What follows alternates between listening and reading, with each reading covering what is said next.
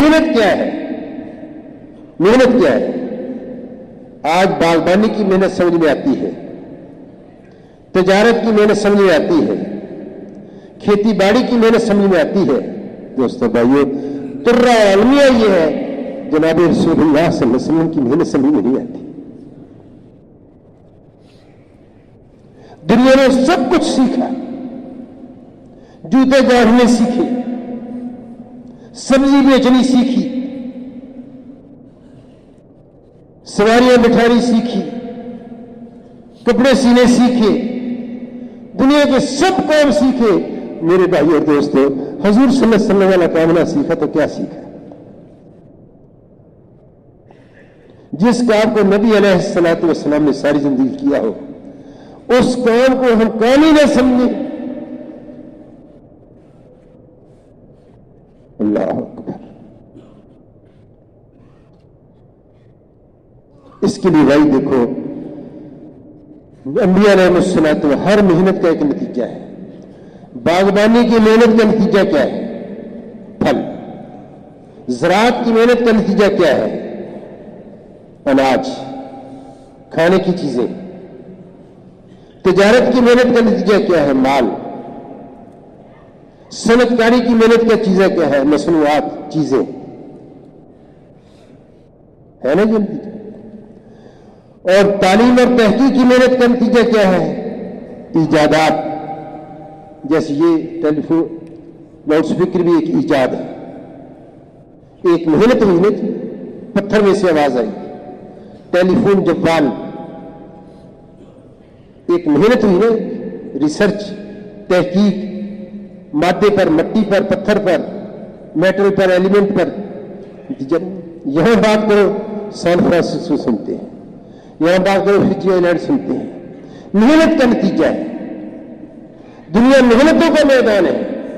اللہ نے انسان کے اندر محنت کا عنصر رکھا ہے۔ لقد اللہ قرآن پاک کے اندر فرماتے ہیں، میں نے انسان کے اندر محنت کا عنصر رکھا ہے۔ میں آیت نہیں پڑھنا چاہتا، محنت کا عنصر رکھا ہے۔ تو ہر محنت کا نتیجہ ہے، کھیتی باڑی کی محنت کا نتیجہ ہے اناج، اور باغبانی کی محنت کا نتیجہ پھل، تجارت کی محنت کا نتیجہ مال، فیکٹریوں کی محنت کا نتیجہ مصنوعات۔ حضرات انبیاء علیہ الصلوۃ والسلام کی محنت کا نتیجہ ہدایت۔ نبیوں کی محنت سبب بنی ہے ہدایت کے آنے کا۔ محنت کریں گے تو ہدایت آئے گی، محنت نہیں کریں گے تو ہدایت نہیں آئے گی۔ ہم تعلیم میں بیٹھے نا، دعوت روزانہ دیں نا، اپنا کچھ دوسرا کچھ کریں نا، اللہ سے متمنی ہو، دعائیں کریں اللہ کو ہدایت دے دی، اللہ کا ضابطہ نہیں ہے۔ نبیوں کی محنت سبب بنی ہے انسانوں کے دلوں کے اندر نور ہدایت کے اترنے کا۔ اگر میں چلہ 4 مہینے لگا کر گشت میں نہیں جڑ رہا اور 3 دن نہیں لگا رہا،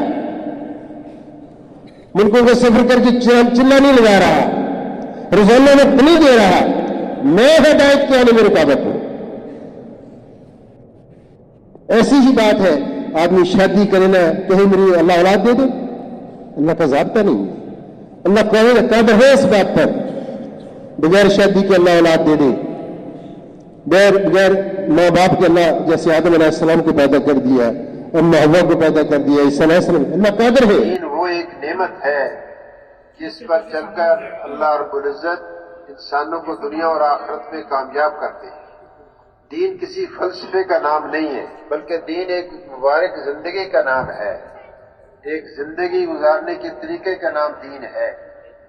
جب وہ دینی زندگی وجود کے اندر آتی ہے تو میرے دوستو دنیا کے اندر امن کی شکلیں وجود میں آتی ہیں، امن آتا ہے، آپس میں محبتیں پیدا ہوتی ہیں، حیا وجود کے اندر آتی ہے، سچ وجود میں آتا ہے، امانت کی پاسداری رواج پکڑتی ہے، غربا کے اوپر شفقت کے ہاتھ اٹھتے ہیں، ظلم ختم ہوتا ہے اور برکتوں کے دہانے کھلتے ہیں۔ اس لیے کہ دین ایک ایسی دولت ہے، ایسی نعمت ہے جس کے ساتھ اللہ رب العزت نے اپنی ساری خیروں کو وابستہ کیا ہے۔ ساری برکتیں دین کی وجہ سے آتی ہیں۔ ہارون رشید اپنے دربار میں بیٹھے تھے تو ان کے پاس ایک تربوز کا دانہ لایا گیا۔ کوئی قافلہ آیا تھا، انہوں نے ہارون رشید کو تربوز کا دانہ پیش کیا۔ وہ تربوز جسامت کے اعتبار سے بہت بڑا تھا۔ ہارون رشید اس تربوز کو دیکھ کر بہت متحیر ہوئے، اتنا بڑا تربوز تو میں نے کبھی دیکھا نہیں۔ پیش کرنے والوں نے کہا کہ ہمارے ہاں عمومی طور پر اسی قسم کی جسامت والے تربوز ہوتے ہیں۔